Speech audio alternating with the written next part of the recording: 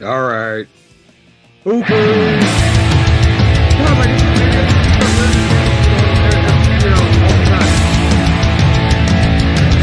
I give it.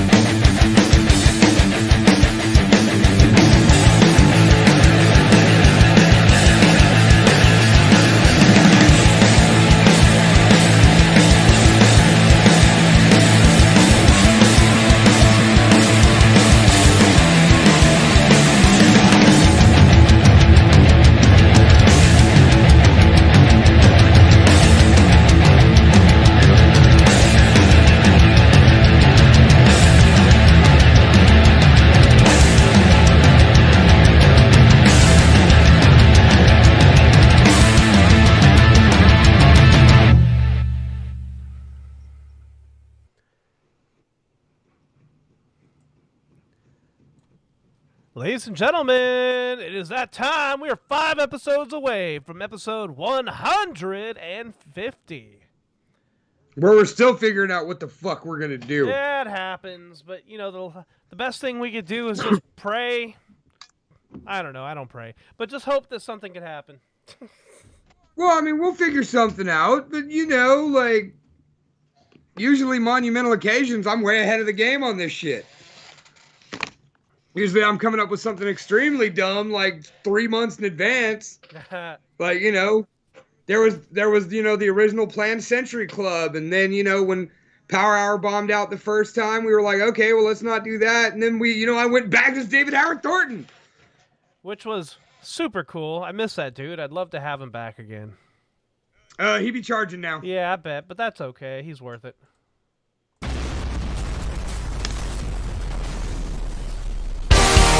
Ladies and gentlemen, are you ready to cross the shop? The boss and the box. Fucking shop with the boss and the box. Talking shop with the boss in the box. Talking shop with the boss in the box. From the Power Hour. Talking shop with the boss in the box.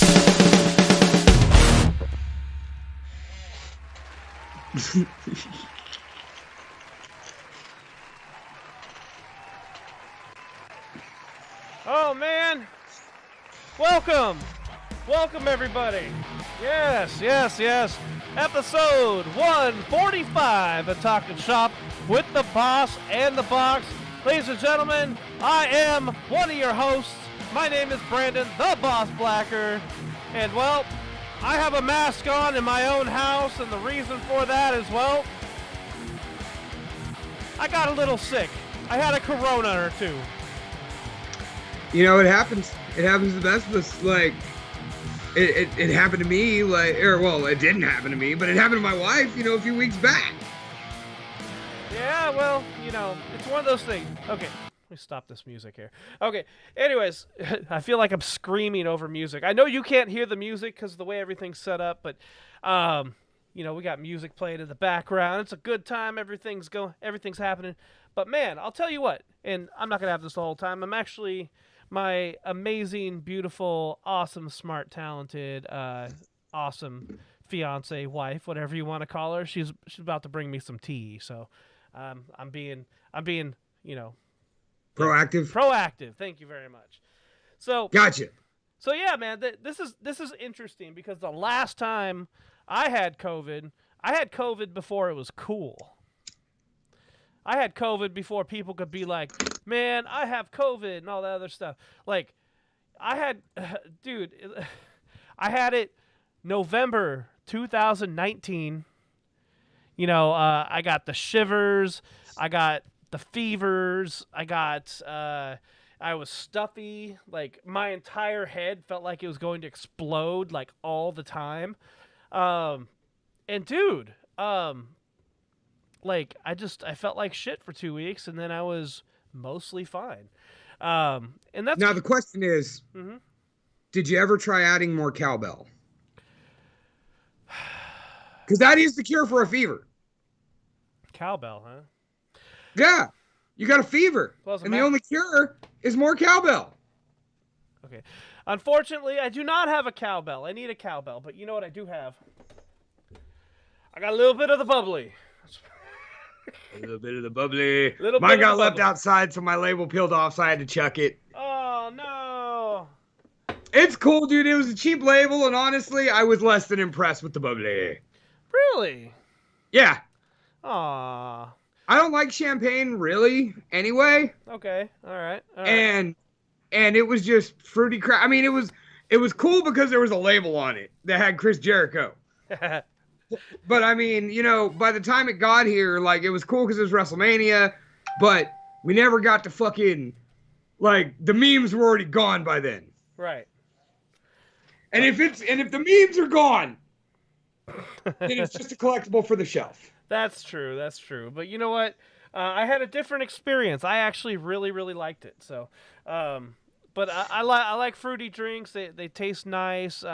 It would have been good, like, even though it was very sweet, it would have been good with, like, eating a dessert. It would have been paired with chocolate or something. I just want you to know that Loveface XYZ is online and strips without clothing. Oh. How do you strip without clothing? Like, what are you strip? Are you stripping your skin off? Are you taking your skin the fuck off? Because, like, I might actually pay to see that. Metaphorically? No, like maybe like it's that episode of The Simpsons where that poisonous gas turns him inside out. Right. Maybe it's like that, but it's an extreme fetish thing. Well, and I'm not into it. I was just saying. I thought it was like metaphoric when like people are like stripping without clothes. They're just like, oh, it's kind of like burlesque dancing, but you're already naked.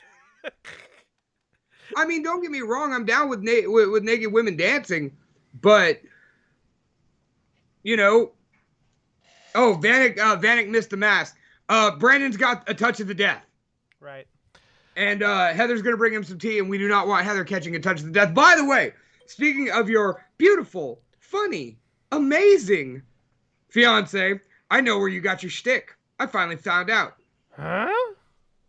See, as everybody knows, I slug cases for Coca-Cola. And I work in a lot of different stores. And of course, stores always have music and usually prompts and ads, right? Right. So I'm at Dollar General the other day, actually today. And while they're going through, the music's playing, and then all of a sudden it's, you should stop by the gift card section at your local Dollar General. Make all of your favorite moments beautiful, funny, amazing. So Brandon, What? you subconsciously used a Dollar General advertisement to describe your fiance. No. Hang on, I'm being invaded. Oh, no. Oh, we got a Wolfie. Hello, Wolfie. Oh, Wolfie. Letty. Where's those? We got an awesome kid. For the record. I'm pretty happy about him, except for he took way too late of a nap, so I knew this was going to happen. For the record, no, I had no idea that was even a thing. Were you born in the month of July, Brandon? No. Because Julian. Oh, Yeah. shit. Oh, shit. He tricked you. He said he wanted a bar. He straight copied what I said. Oh, that's one of his patented phrases. He also likes to say, "What the hell now?" What the hell? And from our discussions, like when, you'll pitch an idea that I'm like, okay, and I think about it, and I wrap my head around it, and, like there was one week we couldn't figure out what he was saying. It sounded like fucking dude or whatever. And then I was like, yeah, so Brandon pitched me this, and I was like, fuck it, dude. And he just stops what he's doing, looks over and goes, fuck it, dude. All right, come on, buddy. You gotta go back to bed. Bye. Bye. Bye. Oh, Ladies and I gentlemen. wonder where he gets his crowd-pleasing, charming abilities from. That was pretty charming, man. I'll tell you what, though. Wolfie has turned out to be one cute-ass kid. I don't know what happened with you, but he turned out to be one cute-ass kid.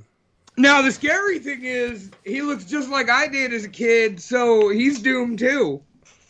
Like, man, and my family's ugly. We can't help it. That's why we're charming. Yeah, it happens. And besides, Sixhead, I don't think you're going to be over there bashing my looks, sir. Oh, shit. Wait. Let's see. That's a 4, 1, 2, 3, 4. Wait. Okay, so I think I do have a no. Wait. I have a 5. No, it's a 6. What do you got? Let's see your head. I'm just bald. See, actually, forehead, because if I were to have hair, it starts right here. So, about a 3, maybe a 2.5. So 3. Solid 3. So where does it start and where does it end? Like right here is where's the forehead start? I'd say above the eyebrows. Okay, so it starts here and then it goes up to Wherever your hair starts. Oh, okay. So it's hard to tell because I literally just buzzed myself the other day. Let's see. Yeah. All right. Let's see. Yep. All right. No, I got a forehead. If that's the correct, I have a forehead. Your hair don't start there, you lying sack of shit. It does. You just can't see it right now, just because I literally just buzzed my shit. I've seen you with hair, Brandon. Kind of. No. My area was back here. I had hair up here. I thought you're rocking the horseshoe. I am now, like I'm doing the Picard, man. But it started out back here. I had the whole horse swirl. It's cool, dude. I got the monk. It's a family trait. My kids already got the spot. Jordan is right. Yes, she has seen me with hair. I used to be her music teacher like 12, 13 years ago. That's a long time to know Jordan and her drugs. I was the first one to say Jordan's on drugs tonight. Jordan's on drugs. Woo! All right, so what do we... Okay, so for the most part, real quick, I'm doing okay so far. I think I'm on day, what? Probably 2, 3. I don't know. I just tested positive today, but I tested negative yesterday. So who the fuck knows? Maybe it was a bad test. I don't know. Whatever. But regardless, I'm feeling okay. I'd call yesterday day 0. Day 0, huh? Okay. Yeah, well, that's how it works. You have a day 0, and then it's 10 days after that. So it's technically 11 days. You need to hide from everybody. So are you just going to, like, troll it up in your room and shit? Yeah, for the most part. I got hand sanitizer all up in the kitchen. I'm going to walk out with a mask. And so that's basically, I'm trying to avoid as much as possible and keep my hands clean. Definitely. Yeah, so yeah, we'll see how it goes. Hopefully I get over this in the next 5 or 6 days and we'll be back on track. So fingers crossed. But as I said on Facebook, if something happens to me, please care for my family. And Heather, I'm going to need that drum set. Like, yeah, you could have it. You could have it. well, I'm just saying I need another drum set anyway. So, like, why not yours? You don't even play drums. Yes, I do. Well, not as often as I'd like anymore, but yeah, that's what I mean. You play half the drums. my rolls are still sicker, bitch. Yeah, all right. You know what? I'll give you that. Your rolls are actually pretty good. That's all I got. Yeah, your rolls are pretty good. I've got speed, though. Hey, you. Hello. Thank you very much. Appreciate it. Just trade him spots, Heather. I don't want him infecting me. She's like, I'm out. No. I don't think Heather would be the best podcast co-host. She might actually just surprise us all and be super entertaining for the next 2 hours. But I think she would be more like what's her name from Howard Stern? Robin? You ever? Robin? Yeah, Robin. I think she would be like that. Where like she would give like insightful comments and then like that's about it. she would be like a side portion of the show. Robin's pretty funny though. Mm-hmm. Oh, that's good stuff. Oh yeah, that's good. So moving into our subject matter, Brandon. All right, go ahead and throw this out there again. All right, ladies and gentlemen. So in the way of always trying to progress and try new things for the podcast, like, you know, we can do wrestling episodes to death. You know, game shows are a little harder to come by, so on and so forth. But I figured we'll try something a little interesting. We'll see if it actually turns out entertaining. So I love late night shows, and this kind of came from that. This isn't anything that was stolen from a late night show, but it was just kind of the idea. I'm calling this film titles, okay? So what we're going to try to do is we're going to give each other actual films and actual film titles, and we're gonna make the synopsis for a movie based on just the film title. Now this could fail and crash and burn miserably, or it could actually be pretty freaking entertaining. So could be either or. This the pendulum is swinging all the way one way or the other. Right. And I have found some really ridiculous film titles to give you, and I hope you did the same. Oh, you know it. And we also have I think you're gonna get mad at mine actually. And then we also have some that were dropped in the chat or the discussion group earlier today, which would actually be fun to tackle a little bit too. So even if we know what it is, we're gonna try to make it something completely different from what it is. Right, more along the lines of like, what did you hear? What did you think when you heard this title for the first time? Case in point, for example, Baby Driver. Right. Okay. You know, Baby Driver, which actually turned out to be a half decent movie. Like, you thought it was going to be like a little kid driving a car. Like some sort of whimsical comedy thing that you see on like The Simpsons or Family Guy or something like that. And it was not. All right, so like let's look into that a little bit deeper. So like we can go the route of like, okay, it's called Baby Driver. There must be a baby driving a car. But what kind of car is the baby driving? Right. Yeah. Like, so it's, a 1.5-year-old that's got bricks taped to his feet, driving a 1967 Gran Torino, in the back alleys of Hong Kong, Starring Clint Eastwood. Get this car moving, kid. I can't drive myself. So Grandpa needed to go to the store for a pack of smokes, and he rigged this contraption up so the kid could go ahead and drive. Unbeknownst to him, the kid could not follow directions, confuse his left for his right, and then they wound up in the middle of a gang war.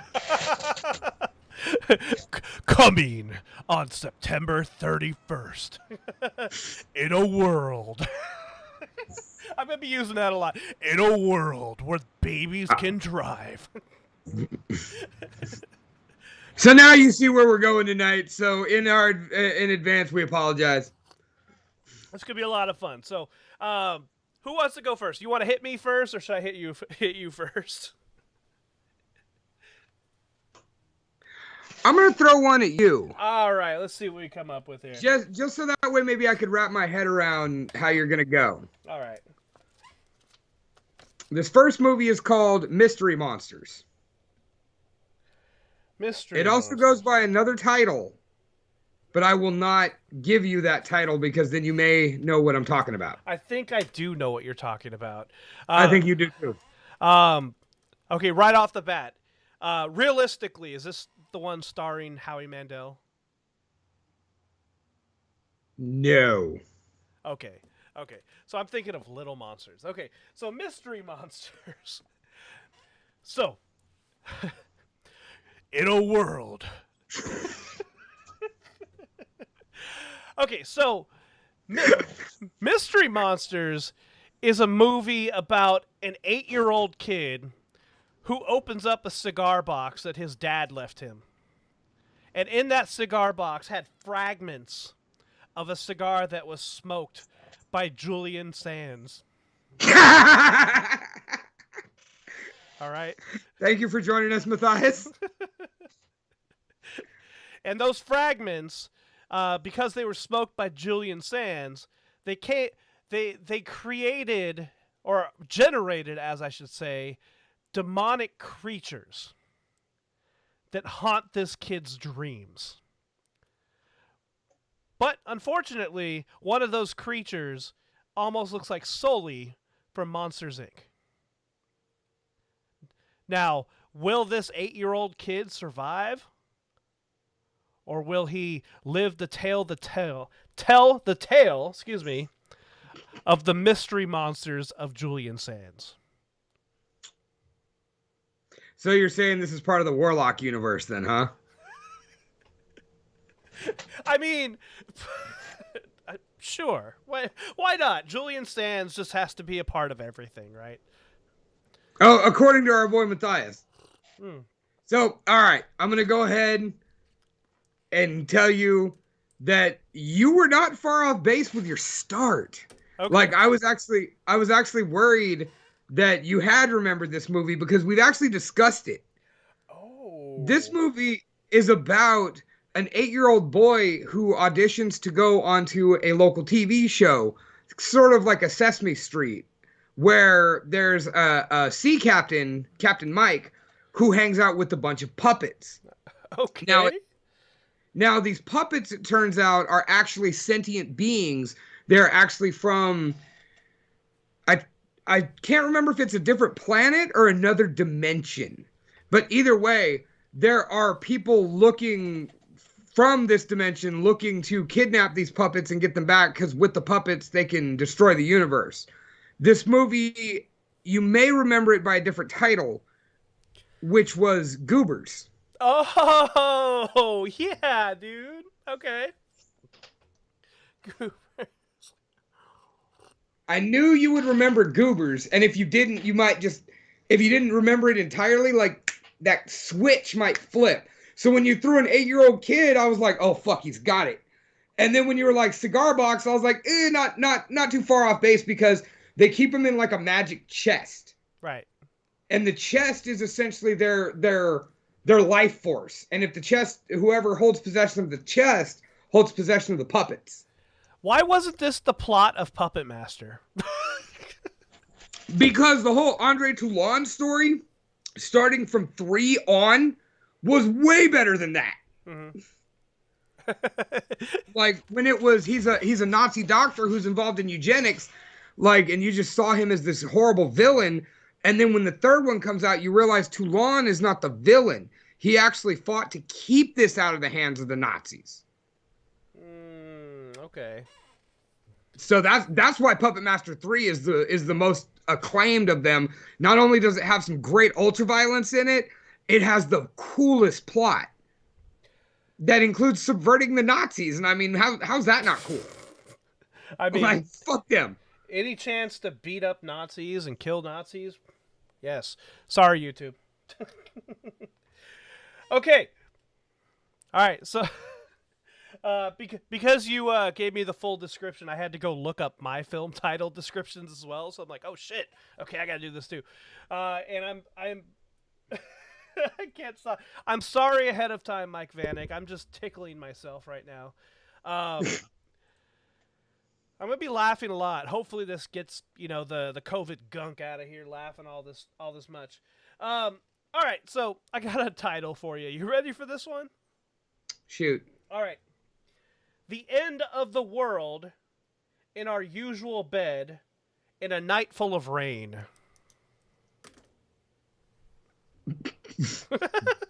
What? What? All right. Hang on, let me see if I got that correct on one shot. The end of the world in our usual bed on a night full of rain. Correct. Okay. In our usual bed. Okay, so what it is like the end of the world is coming, and this couple has booked this posh-ass vacation. But of course, being as it's the end of the world, like all the rich people booked it up first, right? Right. So they were trying to go into a sunny climate, somewhere dry and tropical, maybe into like, the Bahamas or Belize or one of those places. But instead, it's like COVID and they're stuck at home because there's no hotels available. So they just got to hang on, and it still rains and gets ugly. And then everybody dies. Because everybody always has to die, right? If it's the end of the world, yes.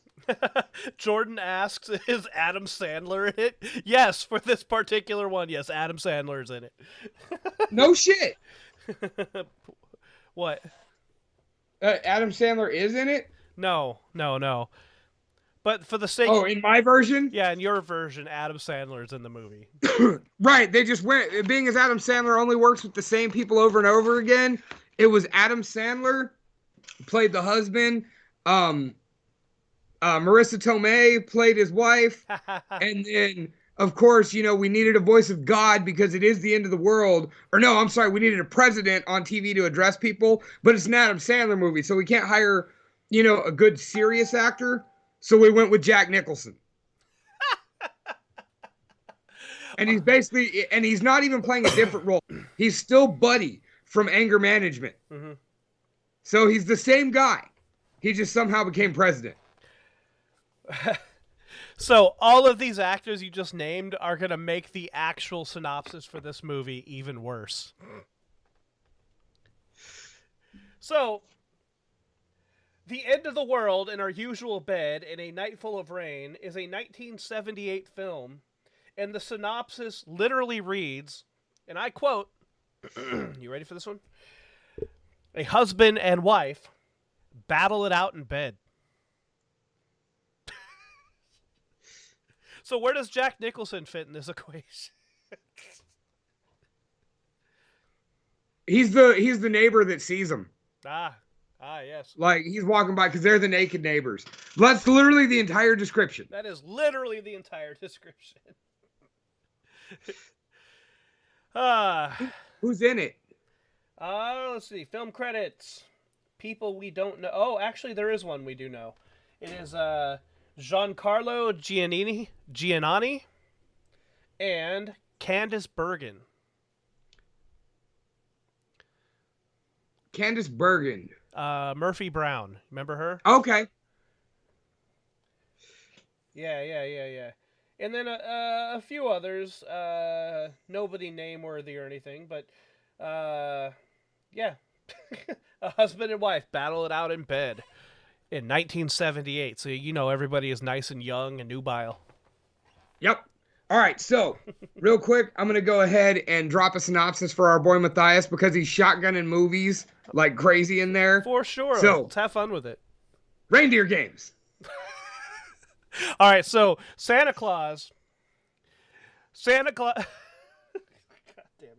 Okay, Santa Claus, every 1,000 years he has to create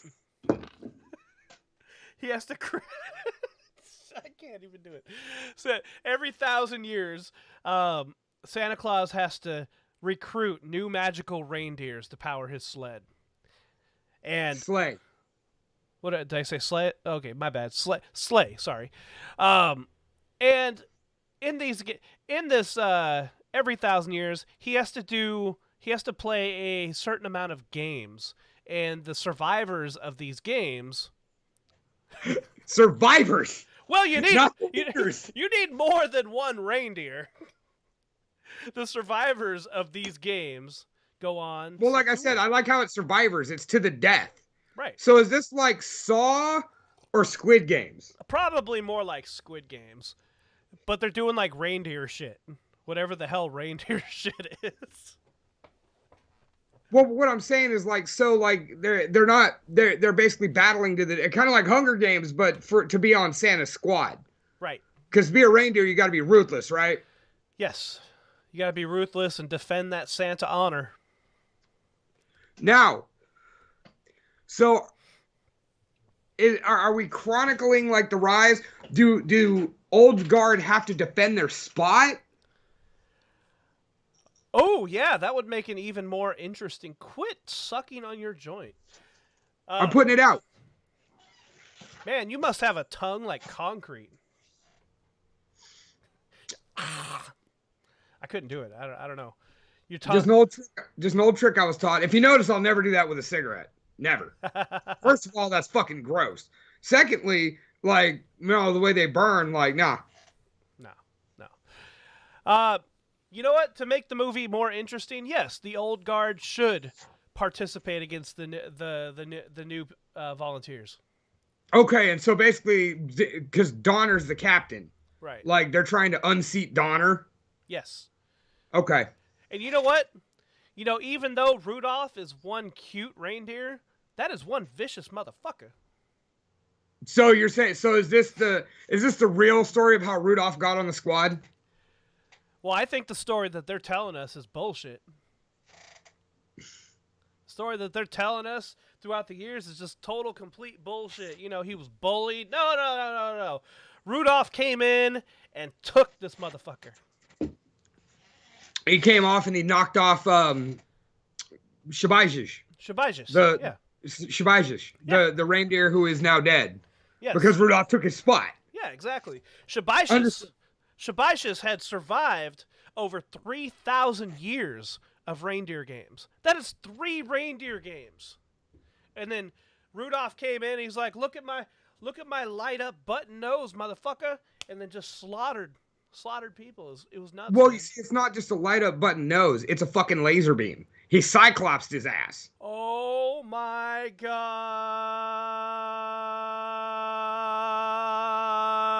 that's awesome. Wait, I gotta do this Trolls 2 style. Oh my god! So you're just doing it. So are you doing it Joey Styles style? Oh my god! Ugh. What am I doing to myself over here? Fun fact: I fucking hate Joey Styles. He's okay. I don't like him solo. Like, the fact that he was able to do it is admirable, but that doesn't mean it was good. Right. And the first time he called the November to Remember or whatever the first ECW pay-per-view was, like, it was not It was good. not good. I absolutely agree with you for once in my life. Yeah, dude. I'm not a professional by any means, but like, I think I could have done better. I don't know about that. Oh, I don't even think I could do better. I don't know about that. I think you could. I'm You just just did saying- it at Blacklist. You just called that whole card by yourself. That's not true. I went back and watched the video of after the first, match or two before you got used to the fact we had a third man up there that was just as talkative as I am. Mm-hmm. Once you got loose, you got loose. But yeah, that first 20 minutes, it was just the two of us.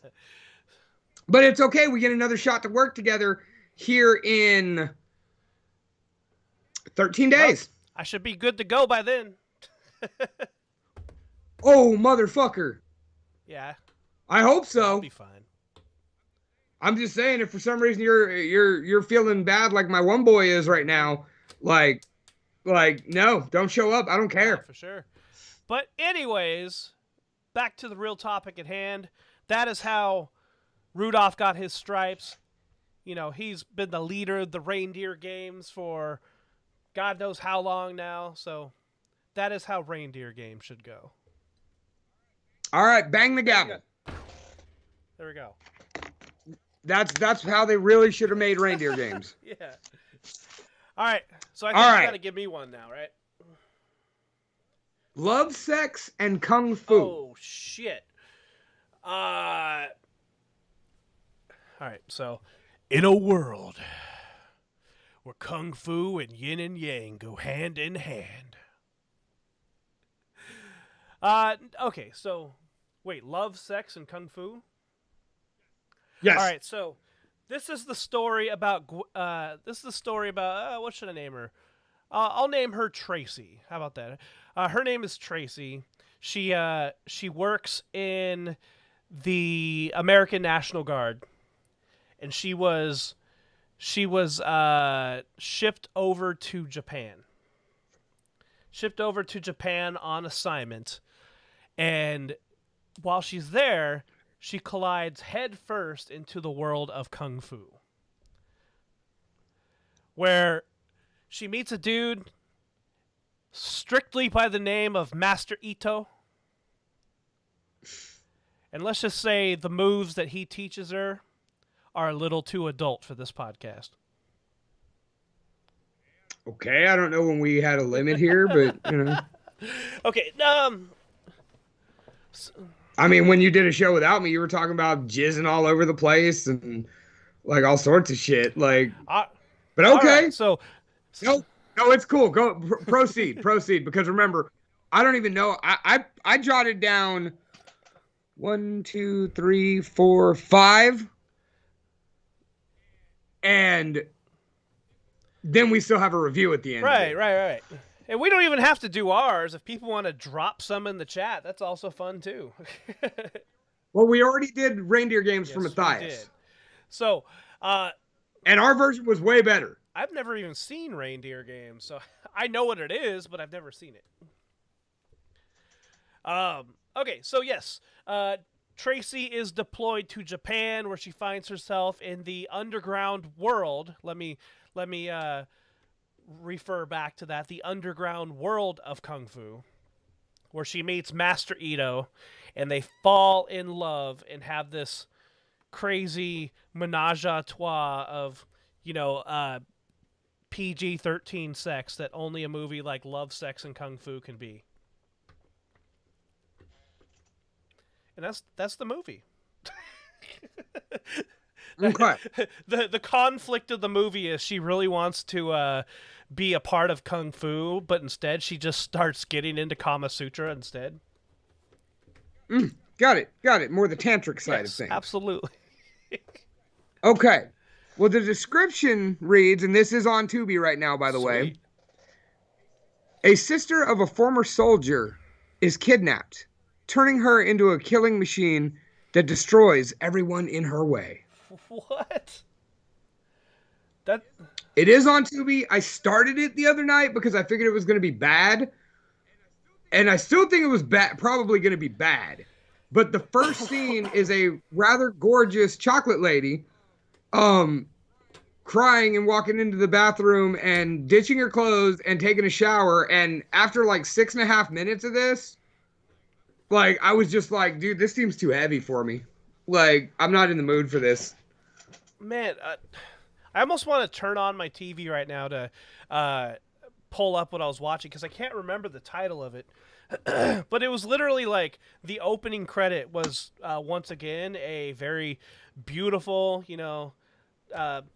very beautiful black woman, completely naked on a bed, and like some portly white dude comes in, says a bunch of stuff about how he has to get diamonds, and like opens a bag, and she's like, "You need to rest," and then just puts him on the bed. And they start making, having sex and making love or whatever, and then it goes to a shower scene, which is why you brought it up. So they start having sex, or I mean, they start taking a shower, and all of a sudden, boom, boom, boom, she like kills him in the shower, and then the rest of the movie is just her in some like sex trafficked like dungeon having sex with multiple dudes for like 2 hours.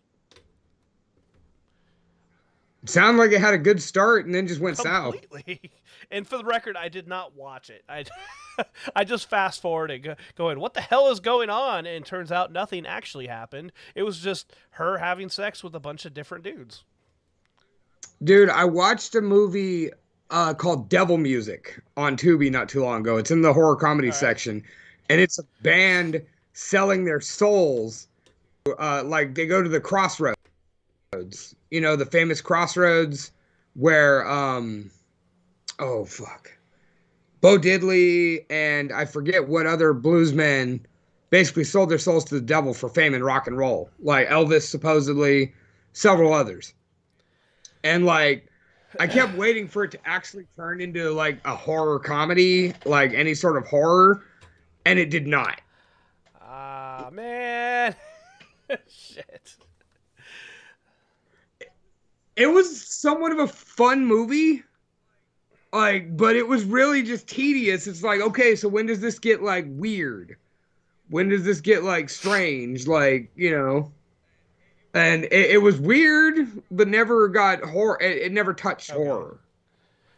But it is a fun watch, especially if you're in a band. A horror movie that is actually a good, if you're in a band, movie to watch, if you haven't seen it, is called Green Room. Have you? I have not. Fuck, dude, you gotta watch that movie. What's it on? Off the top of my head, I don't know. I'll look it up and let you know. But it's an Eli Roth movie. It stars Patrick Stewart as the head of a Nazi clan. And basically a punk rock band takes a last-minute gig at some random club, like 20, 30 miles from, where they're about to wrap it up. And they're like, yeah, we'll pay you this much to play. They're like, fuck, we're broke. Yeah, let's do it. Well, turns out, and I'm not spoiling anything, but turns out the club that they're playing is just a Nazi skinhead club. And they're like an anti-Nazi band, and then they stumble across things that put them in some major hot water. Gotcha. All right, cool. I'll check. I mean, Eli Roth, it's going to be brutal. Oh, yeah, bro. But I mean, the first Hostel was great. The second one was not. The second one had a better plot in the end. And a pile of shit I've seen in a long time. I have not tried to watch that. I like cannibal movies. So yeah, The Green Room. So that's a fun one. Okay. All right, so I got one for you. All right, do you want an easy one or do you want a hard one? I don't give a fuck, dude. Come on, bring it. All right. This one is called. Wait, what? This one is called. Can you spell that? PHFFFT.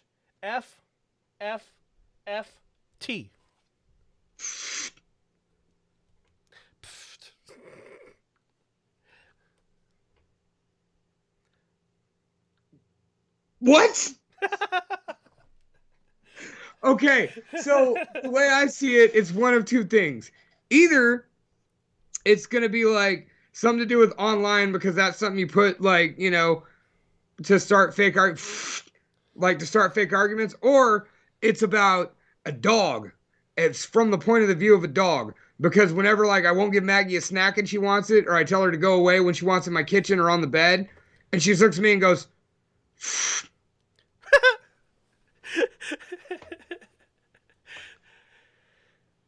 Is that your whole movie?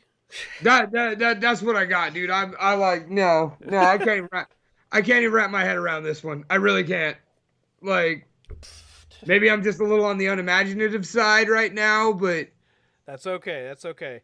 All right. So this is a 1954 movie, a comedy romance starring Jack Lemmon and, oh wow. and Judy Holliday. Oh wow. They were once a happy couple, but 8 years of marriage has taken a toll on their relationship. They decided to call it quits and get a divorce. In their ensuing freedom, they are excited to dive back into the world of dating. Nina has a date with a suave actor, Donald Curtis, and Robert meets a blonde bombshell, Kim Novak. However, when their dalliances get complicated, they realize that single life might not be what they bargained for. Ooh. Definitely sounds like a film. Yeah. I mean, really bad choice of title, though. I mean, I don't even know what like, I have another really terrible one for you later. Okay. See, I tried to give you a fighting chance in some of these. That's why I asked if you wanted, like, the easy one. Or you're like, I don't fucking care. Well, there you go. So you got... Well, I was interested because, I mean, as far as the title goes, it's not the end of the world in our usual bed on a night full of rain or nothing like that. Jesus Christ, with it, you dug deep on this one. I figured you were just going to throw me a bunch of softballs like you do and stuff like this, except you were just going to make me tell ridiculous lies all night. Like, that one just really caught me off center. I can't believe they let somebody name a movie that. I mean, it was 1954. They got away with worse, so. Well, I'm just saying, like, what the fuck? How do the advertisements for that go? Come on to the theater, debuting February 19th. It's the new smash hit starring Jack Lemmon and what the fuck's her name in the critically acclaimed. What the fuck? Like, well, I'm glad to see that Hollywood has progressed after all these years. not really. They wrote a movie called Baby Driver. We already covered that. Zombie strippers, killer clowns from outer space. All right, first of all, if you ever speak ill of killer clowns from outer space in my presence, you are getting Hurricane Rana. Yes, I will find a way to leap up, wrap my legs around your neck and shoulders, and flip you over. Because, like, fuck you. Don't you ever speak that way about one of the greatest cinematic masterpieces of our time. I tried to get Heather to like it, but she didn't like it. I'm not sure if I'm surprised or not on that one, because I could see Heather liking some really dumb shit. Like, not admitting to it, really. But I could also see her snobbing it up from time to time. Her and I have watched, like, pretty much any and every goddamn, like, ridiculous, scary movie out there. But, like, she specifically, she likes the horror comedies. Yeah, Jen's the same way. Like, have you seen Cooties? I haven't watched it. Hang on. Jordan, in an effort to prevent a terrorist attack on Washington, D.C., an elite squad of Navy SEALs led by Lieutenant Jank Harris and junior CIA analyst Zoe Anderson must retrieve a detainee from a CIA black site on a remote island. Tensions flare as site manager Jack York refuses to release the suspected terrorist based solely on Anderson's intel. But when the base comes under attack by waves of insurgents, they must band together to complete the mission. Name this movie. Oh. If you type that out, I'm impressed. Name this movie. Oh, she's giving us an actual synopsis. You know what though? Okay. Like no, I'm gonna take a shot. I'm gonna take a All right. shot. It sounds familiar. Yes, it does. Oh, Jack York. what was Oh fuck! What was that one about the White House being compromised? White House Down? No, you're thinking Black Hawk Down, No, right? no, White House Down. Okay, I thought, but yeah, that's the one I was thinking. The one with Jamie Foxx? Yes, yes. Okay. Yeah, Jamie Foxx and Gerard Butler. Dude, Gerard Butler was fucking something else for a while there. He still is. He does. I'm just saying, as far as some of his role, law-abiding citizen, holy fuck, Dude, that movie is great. so badass, right? Yeah, like that is an example of what a good movie is. That's an outstanding example. And by the way, Matthias, Teeth is not better. Teeth is awful. Now, what do you think's worse, Teeth, Tusk, or Human Centipede? Worse? Worse. Oh God, Human Centipede. Oh. Matthias says X-Files. No, that ain't X-Files because there's no Mulder or Scully. Right. Yes. Are you gonna take? No, I have no idea what this is. Give it to us, Jordan. But yeah, no. Human Centipede as a movie, not the premise, but as a movie, is just fucking terrible. Yes. One Shot. Okay, I've never heard of One Shot. No, I think she's. I'm not sure if that's what she was saying or she was saying you get one shot. You only get one shot if it blow. Oh, sorry. All right. Since you're throwing me weird ones, I'll give you the option too. Would you like a softball ish or a tougher one? Let's try a tougher one. The Slut. Okay, so this is the story about a dude named Jason. And Jason, ever since middle school, has been a guy who is all about the ladies, all right? He is all about the lady. He's kind of like Good Luck Chuck, except no good luck comes from him. In fact, he's just the good luck slut. And Jason, you know, he has this inner turmoil of being continuously playing the field and being the slut that he is, or does he settle down with his romantic interest? That is the synopsis. Not far off base. I don't know what you're talking about. Yeah, you missed a lot, Mike. Yeah, but nothing great. Except for our synopsis of Reindeer Games. I thought that was pretty pimping. Yeah, that was good. All right. Yeah. So what are we looking at here? What is the slut? A vibrant, beautiful mother enjoys meaningless sexual trysts until a young veterinarian falls for her and challenges her polyamorous ways. Oh, okay. So you weren't far off base. Like it's a chick. My story is actually based on somebody I know. It's not me. But no. See, I could just be like, so there's a bass player in Nothing But Losers. That's the movie. I mean, essentially, yeah. No, like I know a guy. I won't say his last name just for whatever, but I know a guy that I knew in school. All the chicks loved him. He was a total scene kid. Always had the cool hair and had the cool like scene style and all that. And he was always pulling chicks. And then and for the longest time he just continued to pull chicks and now he's kind of settled down. I don't know what he's doing now. No, it's not Ricky Odello. But I'll tell you I'll tell you privately. But yeah, that's kind of like the synopsis of this guy's life. Huh. Well, all right then. Yeah, he actually did settle down, and he's been with the same girl for quite a while now, but he's still a slut. But he's still a slut. All right, anybody, any of you guys want to throw one in the chat, go ahead. But Brandon, what you got next? All right, I'll give you a softball since I hit you with that last shitty one. All right. What the fuck? All right, this one is called Jesus Christ, Vampire Hunter. Here's the thing.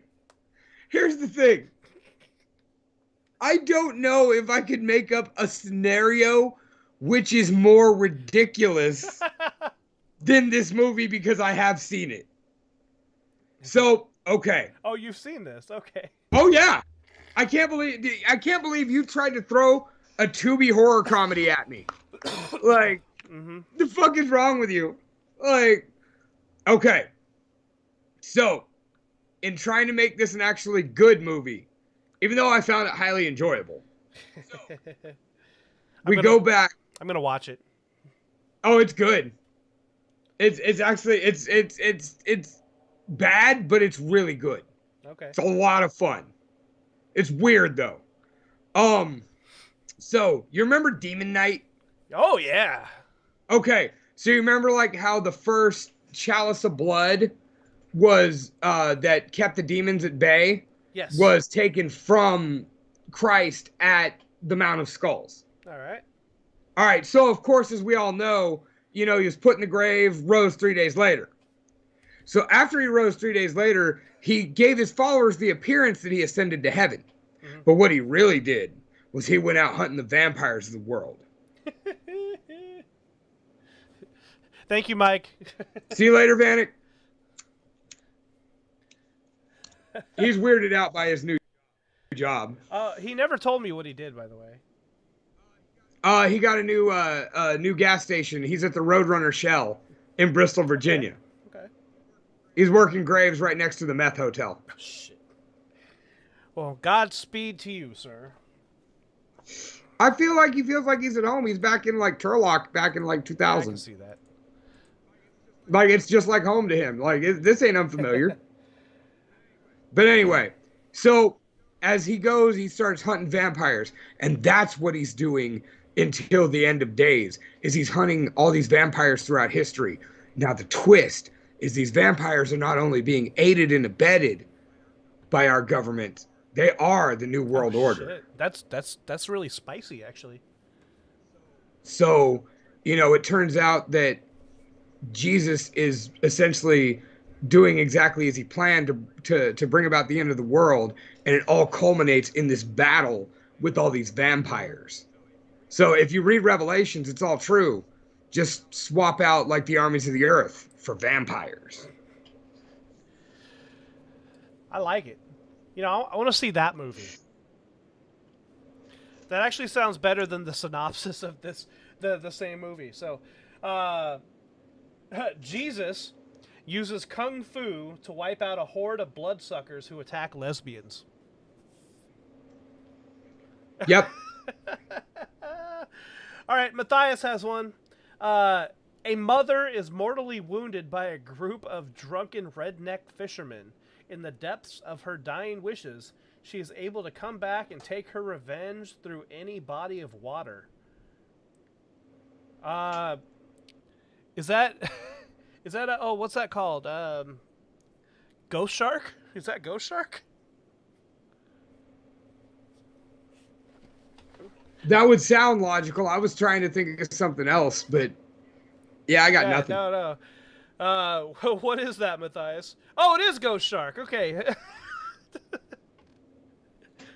Well done, Brandon.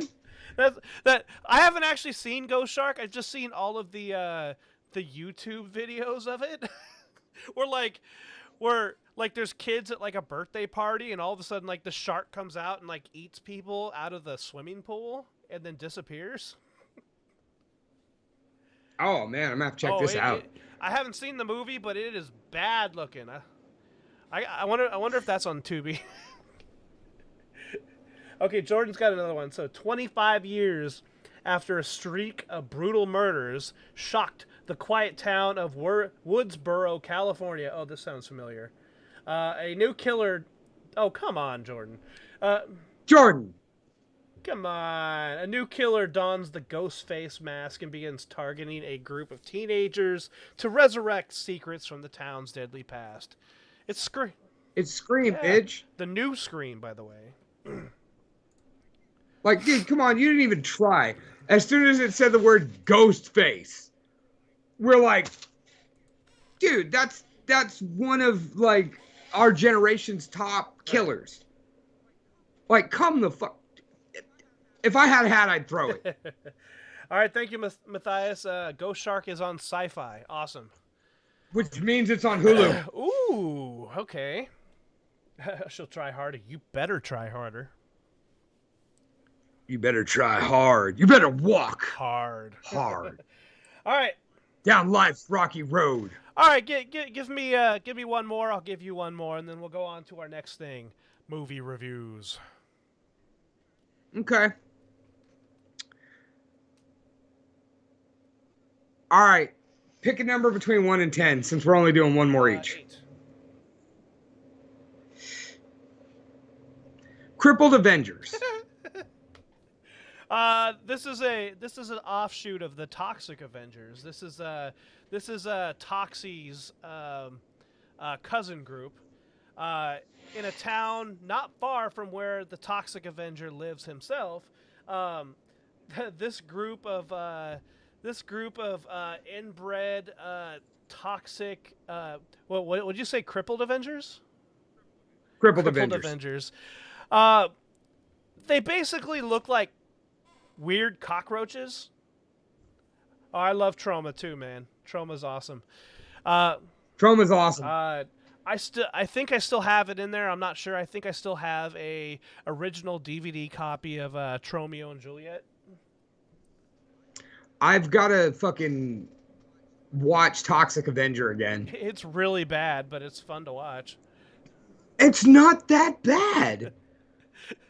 Like, it's bad, but I mean, by those days' standards, it's pretty solid. The one thing I love about Trauma is their practical effects with gore.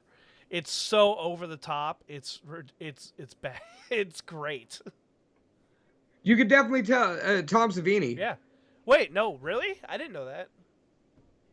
If he's not helping out with some of the trauma, who's their major influence? Like, that's all Tom Savini style shit. Okay. All right, so Crippled Avengers is the Z movie version of the Toxic Avenger, where the main Avenger, we'll call him Crippy. He's part cockroach, part radioactive cousin. And the rest of the gang, they're all inbred. So they, let's see, they all band together to save the town of Gray Watersville. And they save a girl in the meantime. That's actually a hard one. What is this movie about? Okay, first of all, Matthias, you're absolutely right. Frankenhooker's the shit. Dude, I love Frankenhooker. Frankenhooker is the shit. Like I said, Toxic Avenger all day, but Frankenhooker might take a close second. Like, straight up, Frankenhooker's dope. All right. Crippled Avengers is actually an old school golden kung fu era movie. And it's actually really fucking good. Essentially, it's the usual story of, there's an evil monastery of kung fu monks that run shit, and they go around basically crippling people. They make a guy deaf. They make a guy blind. There's already a guy, the guy's already deaf, or the guy's already blind. And then they cut a guy's hands off. They do all these things to basically handicap their opponents, and these guys go and become kung fu masters whilst being blind, deaf, not having actual hands. Like they give him some sick ass like metal hands that he fucking just crushes people with. It's actually it's Jen's favorite movie. Wow. Okay. Yeah, like no, I'm actually kind of sad that you didn't immediately perk up and be like, "Oh, I know what you're talking about." Now, you know what? I have heard of it, but I have no idea what it was about. So, Outstanding movie. Outstanding movie. By the way, Jordan, I don't remember the name of the Kurt Warner story, but it's the Kurt Warner story that they just posted. yeah, Like, come on. like you're literally just giving us answers, so you could stop now. Yeah, you're copying and pasting descriptions, like, which would be cool, but you gotta omit certain things. Like, Yeah. I mean, don't get me wrong, I'm sure the Kurt Warner story is awesome. Kurt Warner is a badass. I mean, I actually want to see that. It looks pretty good. I don't give a shit about Kurt Warner, but the movie looks good. Dude, Kurt Warner was slick, dude. Like, when he took the Rams to the Super Bowl, like, it was pretty incredible. I took the Rams to the porcelain Super Bowl. You're calling your poops the Rams? I thought you took the Browns to the Super Bowl. I took the Rams to the Super Bowl many times today. Okay, got it. How you feeling over there, by the way? You look a little sweaty. What? No, I'm fine. I'm dry. You're gleaming. Your spot right here. Actually, no, I'm super dry. I'm fine. I'm not even All sweaty. right. So I'm not even turning you on. Why are we doing this episode? All right, I got one more for you. Okay. Should I have two more, but I don't know whether to give you the easy one or the hard one. I figured throw me another softball. All right, I'll throw you a softball. I'll tell you what the hard one is. Is that like the noise that Cesar Romero makes, or Cesar Romero? I don't remember what his last name is. Fucking the dog whisperer when he grabs the dog neck. Cesar Milan. Cesar Milan. I almost actually told you one of my sales guys' names at work. I was like, no, I can't throw that out there. That get me in trouble. Yeah, go ahead and drop your scenario, Matthias. Yeah. Okay. So, yeah, this one is just nine S's. Is it about a snake? You know what? I don't know. It's a horror sci-fi. Let's see. Let's check this. So, yep, snake. It's gotta be. I don't see why it wouldn't be. Let's look at it real quick. Movie. I got a snake, man. Oh God, that is terrible. Okay, so that movie is short on cash. Undergrad David Blake takes a job working as a lab assistant for snake expert Dr. Carl Stoner. When Stoner begins giving David a series of antibiotics as a safeguard against snake bites, he at first thinks nothing of it. But gradually, David begins to notice curious changes in his body, and his new girlfriend, Dr. Stoner's daughter, Christina, notices them too. Could Dr. Stoner really be trying to turn his assistant into a snake? My God, son, that sounds terrible. Yeah, it looks even worse. Wow. All right. Anyways, so your final one is Hell Comes to Frogtown.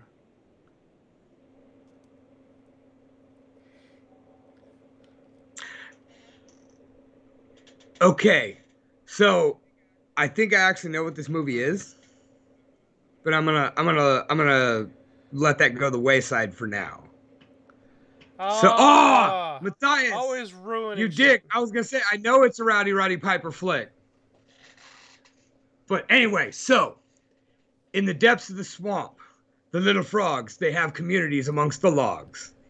And they even party with the dogs and the hogs. But what happens when everybody comes and tries to burn the entirety of Frogtown down to the ground? With voice acting by Alec Baldwin, Sharon Stone, and The Rock. Because why wouldn't The Rock be in it? And he has to sing, too. The Rock always has to sing. Yes. And the key title will be Hell Comes to Frogtown. You know, it kind of just sound like a Moana song.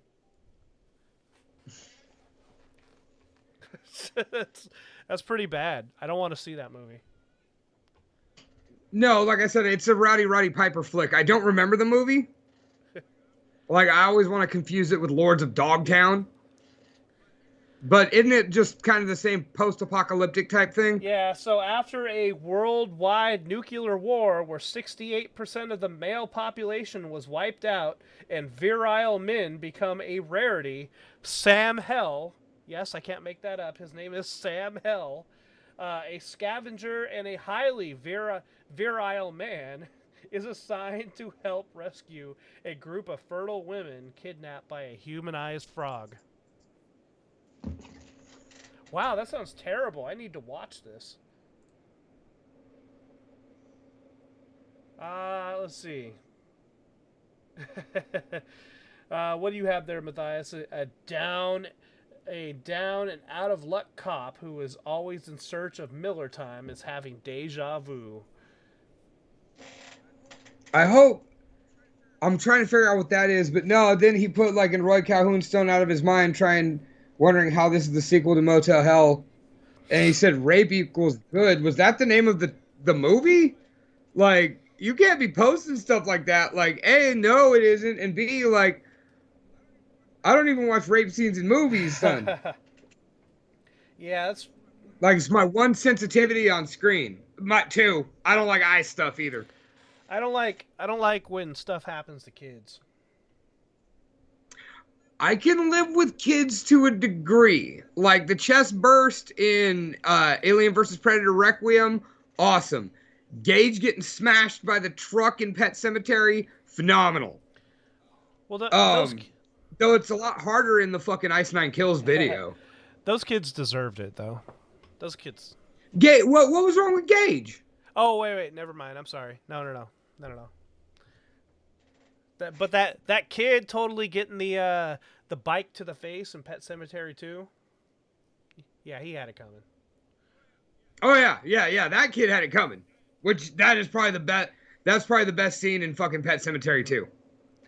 Matthias says no. In Hell Comes to Frogtown, it is encouraged that Sam Hell's character is encouraged to cause as many pregnancies as possible. That must have been a lot of fun for Rowdy Piper.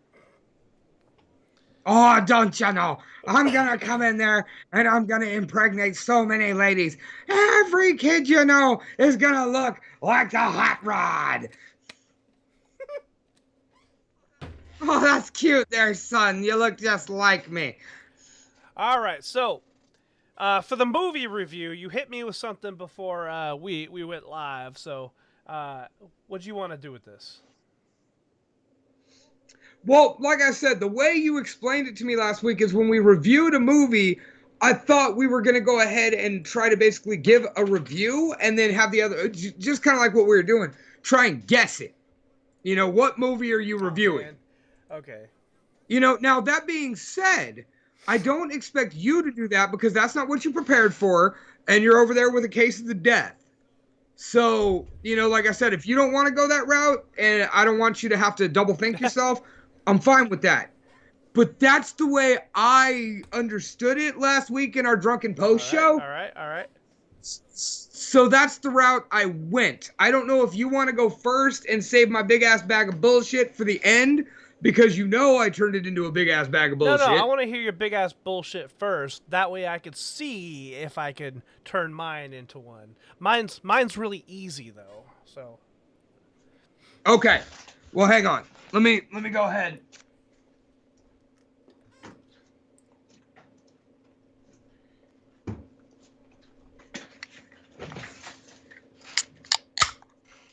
All right. Night of the Creeps was Matthias's plot. Okay. All right. I appreciate that. All right. Imagine, if you will, the story of a young, beautiful woman coming to Sin City to try and fulfill her dream of becoming a star of the stage. Throughout her journey, she realizes that the glitz and glamour is eclipsed by the cutthroat nature of things. And through this, she finds love, the best friend of her life, and is taken under the wing of the greatest performer in her chosen profession. As her further ascension to stardom happens, things start going terribly wrong while other things start going terribly right. Though the money is great and the fandom is rampant, there's death, rape, and seduction that ends poorly. Brandon, does that sound like a movie you want to see? Oh, I've seen it, and I agree with Matthias. That is absolutely Showgirls. Yeah. Yeah. I knew that before Matthias even said anything. I was trying to make it sound like a decent movie. that was my thought process was, am I going to go with a piece of shit and try to make it sound like an epic tale? Or am I going to go with an epic tale and try to make it sound like a piece of shit? Well, I don't think I could do such a masterful job of how you spun that, so I'll just give a straight up review when it's time for me to do that. But what did you think of that movie? Oh, dude, it was awful. Mm-hmm. Like, in all reality, I mean, don't get me wrong, we all just wanted to see what's-her-face naked. Which was okay. Yeah, like, it wasn't everything I wanted it to be. Like, like that's kind of, you know, but in the end, like, they really tried hard to make this a film. But because of the piss poor acting, and I never thought I'd say this in my life, the overabundance of nudity. Like, every time they started trying to really push a plot, they threw in 5-10 minutes of nudity and then kind of glossed on to the next point. Yeah. And then they kept kind of trying to, like, feed you points and then bunch of titties and even some straight beaver shots. And then they'd circle back to one of those points and try to kind of, you know, wax it all full and make it into this big redemption story where in the end, you know, she goes back to her old life of drifting. Right. Yes. Yeah. That movie is hard to watch. You know, that movie is also in the same category as another movie I watched recently, which is not the, I don't know, whatever. I'll just say it. Anyways, in the same category of this movie. It's not the what? It's not the, you cut out right then and there. It's not the one I wanted to review, but I'm just going to bring it up anyways. In the same category as Showgirls is straight up Eyes Wide Shut. Have you ever seen that movie? Repeatedly. Really? Yeah. Why? 2 reasons. Number one, actually 3 reasons. Number one, my stepfather Pete had owned a video store at one point, and we didn't have cable, so he just brought home, like, when he moved into our house, he just had like 100, 200 movies, and I knew this movie existed and I'd never watched it. So I decided to at least put it on once. After watching it, I realized 2 things, which leads to my second and third point of why I was watching it. Number 2, and most importantly, there were so many naked people. Like, just titties, titties, titties, titties, titties, titties. And even though you didn't get to actually see her naked, in Tom Cruise's little mental scene through the, like, security cam of Nicole Kidman getting down with the officer on the boat, when she reveals she'd slutted up if she could have, she looks hot. Like, her abs and legs, like, just, and even though that's all you see, like, bam, hot. No doubt. And 3, and most importantly, I watched it a few times to try to figure out what the fuck was going on. Yes, thank you. It was the same thing for me. I watched it in 3 different segments because it's also a long movie. Yeah, it's the standard fucking Stanley Kubrick like marathon. Yeah, it's like just damn near 3 hours, I think. But yeah, Close. it was so bad, and like I watched it. Basically, like I kind of did what you did back in the day with like Titanic, where you didn't watch Titanic all the way through. You popped in the first tape, and then you watched that, and you watched the second one later. That's kind of what I did with Eyes Wide Shut. And dude, it's so confusing. And basically, like him and Nicole Kidman have marital problems. So for some reason, he finds out about some weird party that he sneaks into, and people keep telling him like, "Oh, you shouldn't be here. You shouldn't be here." And then there's like a murder mystery, and then there's like weird things that just happen out of nowhere for no reason. It's such a bad movie. Well, I mean, here's the thing though. What it really boils down to is like they actually have an okay marriage, but all of a sudden they're getting high. And she's just like, "Oh, when you went up to check out these ladies that your boss," because he's like a high level doctor. Like she was like, "When you went to look at these ladies that your boss brought in, like, did you happen to fuck them?" And he was like, "No, I'm married to you. I'm faithful. Like, I wouldn't do that without talking to you first." And she's like, "Well, why not?" Like, and he's like, "Well, because I'm more honorable." And she's like, "Well, what if I was that way?" And he was like, "Women don't think like that." And she goes and tells him this whole story about how she would just have boned this one dude they met if she ever got the opportunity. And so he goes out trying to like one up her and be like, "Well, I'm gonna go fuck some broads," and he morally keeps backing out. Mm-hmm. Like every time he's about halfway there, he either it goes sideways or he backs out until the piano player at the club is like, "Hey, come to this super exclusive party." And then like the people who let him know about this party wind up dead. And so he's being chased by all these naked people. Hey man, keep it going for 60 seconds. I'll be right back.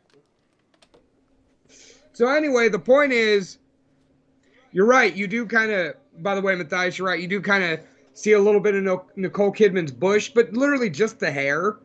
But like, I don't know, 'twas the style back then. But yeah, dude, like Eyes Wide Shut, like they made such a big, dude. Did we really have to go into the super secret password? Maybe there's somebody here that hasn't seen it, like, and they should go waste 2.5 hours of their life, or maybe we'll finally find somebody that actually understands what the fuck is going on. Like in all reality, because then at the end, like they get back together and Nicole Kidman's like, "Well, we need to do something." And Tom Cruise is like, "What?" And she's like, "Go home and fuck," and the credits roll. And you're just kind of like, so the secret murder sex cult's not chasing him anymore?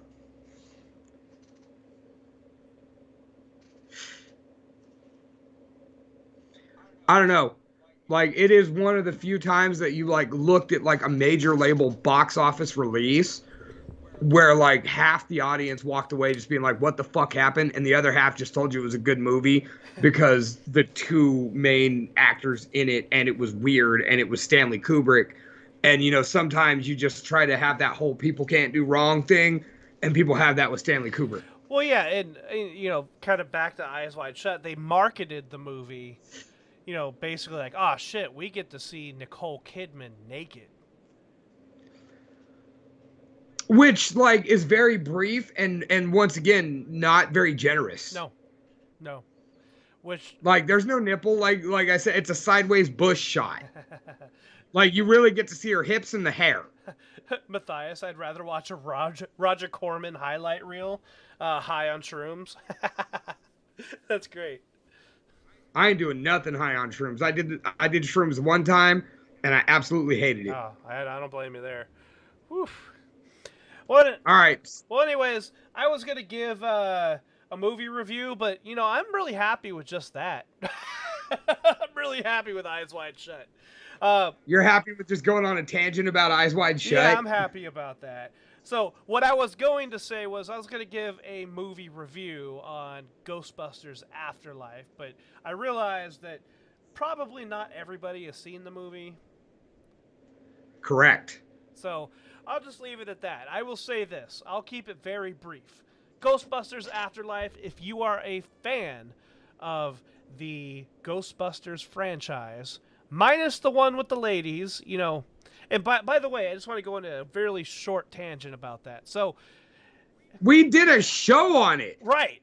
If they decided to make that movie but change everything around it, it would have been halfway decent.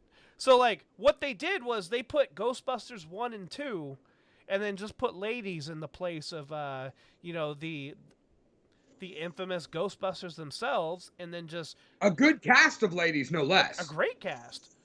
Yeah, an outstanding cast of ladies. But they just recycled the plot, you know, added some modern twists and CGI into it, and then made Thor a comedic character, and then there's your movie. It's like, that put a sour taste in all our mouths. So what Ghostbusters Afterlife doesn't do is put a sour taste in our mouths. It basically puts a nice stamp on the franchise. Okay. So, like, no, I've heard nothing but great things about it. Like, a lot of people cried and shit. Yeah. And I was, or maybe it was just Martina. She'd be crying. I almost did. But yeah, that is the quick non-spoiler review of Ghostbusters Afterlife. If you love the Ghostbusters, or at least have an appreciation for it, by all means, please go watch that movie. So, ladies and gentlemen, I believe that is episode 145 of Talking Shop with the Boss in the Box, where next week, I don't think we're doing shit. We're going to see how you feel coming out the other side of this thing, you know, and all the best to you, my brother. Like, I really hope that you have the quick in and out that some people have. You know, and that's all I'm not going to dwell on that. Like, I know it's affected a lot of people. Right. You know, it got my family, and you know, my wife still has some lingering effects from it, but nothing too horrendous. Let's not forget that it almost benched the great Trip Rogers, and that's the only time I'll ever fucking call that guy great. That son of a bitch almost made me cry last time. But anyway, you know, so my best to you on it. I hope you get through it. Thank you. Next Monday night's Valentine's Day, and we love y'all. But we're both trying to keep relationships going. So, yeah, there's that. Now, that being said, we're going to see how Brandon feels, and we'll let you know if we pull off some off day next week, and if we pull off what we talked about pulling off. We'll update you. It'll be worth it. Promise. Yeah, so we have some ideas that are brewing. We have some ideas on the calendar, but not sure if those are going to work out. We shall see. But there's no show next Monday, so we're going to figure out a day, and we'll let you know. Guerrilla warfare style. We might not even tell you till day of, but we'll try. We'll try. But that being said, the following Monday will mark 2 monumental events. Oh. Number 1, it will be the day after Brandon and I get done with calling the first potential title defense of your first Blacklist heavyweight pro wrestling champion, the great King Fatboy Papa Wesco, friend of the show, when he puts his title on the line against Diablo Azteca. Tuco Montez taking on... Oh, fuck. I forgot who Tuco's taking. Oh, Necrosis Right. Black. Yep. And a couple other matches I can't announce yet because they haven't been announced. Snipes will be there. I got you on that. Because that's been announced. But more importantly, this will be the first birthday of 2022 of one half of your duo. And since mine was just a few short months ago, that means it's Brandon's birthday. Me. You. I expect titty pictures in my inbox on that day. All right, I'll have Jen wipe the camera lens down, and I'll fucking pull out the good outfits, or lack thereof, and I got you back, buddy. I will show you them lunch titties all day. So, By the way, Matthias's birthday is tomorrow. If we don't talk to you by then, Matthias, happy birthday, son. There you go. There's your titties. Right there. Right there. There's your titties. Like we're giving you early. Some titties. We got you some. There we go, Matthias. You even got them early. You got 2 pairs, 4 boobs. That's multiplication, son. All right. So yeah, we march on and we march to 150 episodes where I got a stupid idea I'll pitch in post-production. All right, let's hear it. I can't wait for that. But ladies and gentlemen, we shall see you next week on Talking Shop with the boss and the box. Good night, everybody. Probably.